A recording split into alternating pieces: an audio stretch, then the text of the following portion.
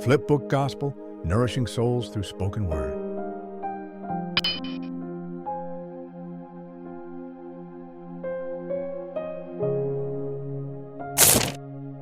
In the days after the great flood, the earth was quiet and new once more.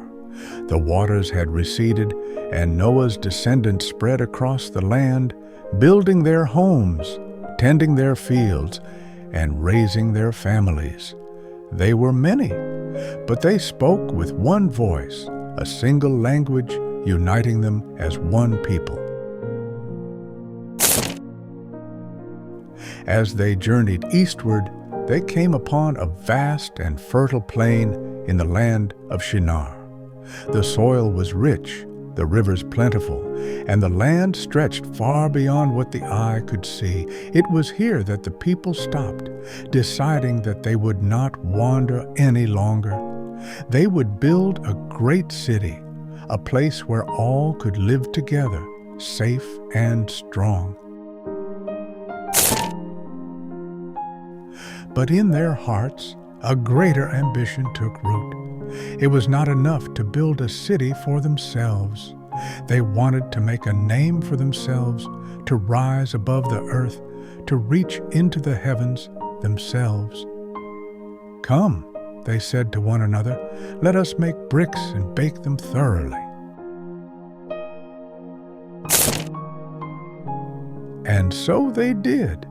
They fashioned bricks from clay, hardened them in fire, and bound them together with tar, making them stronger than the stones of the mountains. With these, they began a structure unlike any before, a tower so high that it would touch the very sky. "Let us build a tower that reaches the heavens," they declared, "so that we may make a name for ourselves and never be scattered across the earth."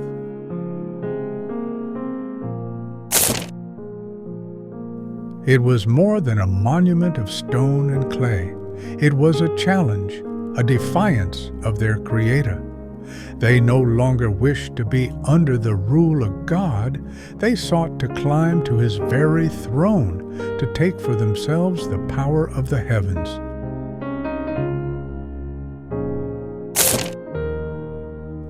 But the Lord saw what they were doing. He looked upon the city, upon the rising tower, and upon the hearts of men who had set themselves against Him. And He said, "If as one people speaking the same language they have begun to do this, then nothing they plan to do will be impossible for them."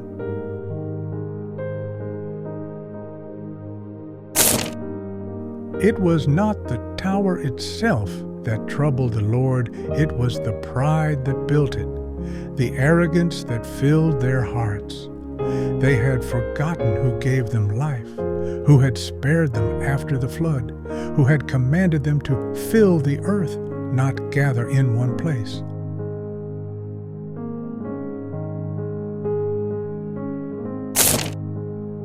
And so the Lord came down among them, but not with fire, not with lightning, not with destruction. Instead, He touched their tongues. That morning the city was filled with the sounds of hammers striking stone, voices calling out for supplies, and laughter among the workers. But in an instant, all that changed. A man called for more bricks, but his neighbor did not understand. Another asked for water, but his brother heard only confusion. Where there had been one language, now there were many.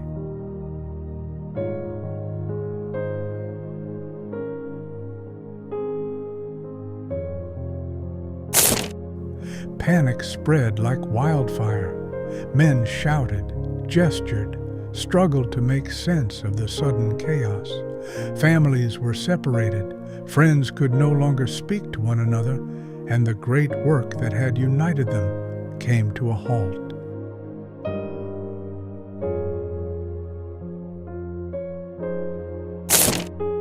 Confusion turned to frustration, and frustration to despair.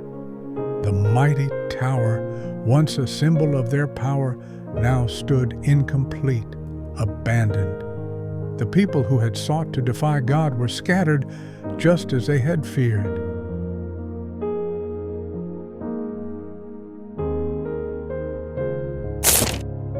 And so the city was left behind, and its name became Babel, because there the Lord confused the language of the whole world.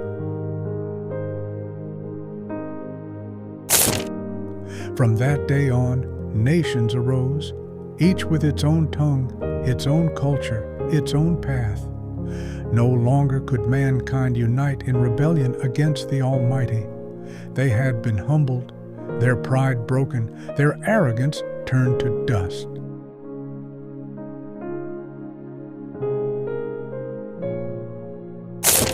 But in time, God would do something greater.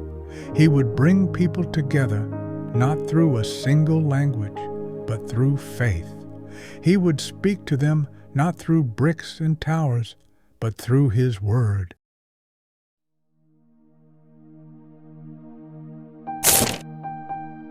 And though Babel stood as a monument to man's folly, another kingdom would rise, one not built by human hands, but by the very will of God, a kingdom without confusion, without division, without end.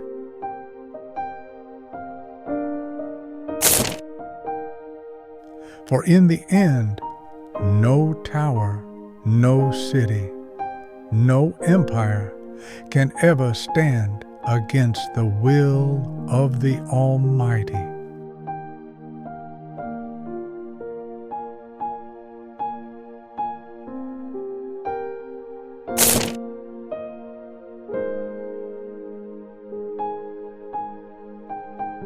Subscribe to the channel to help promote God's Word.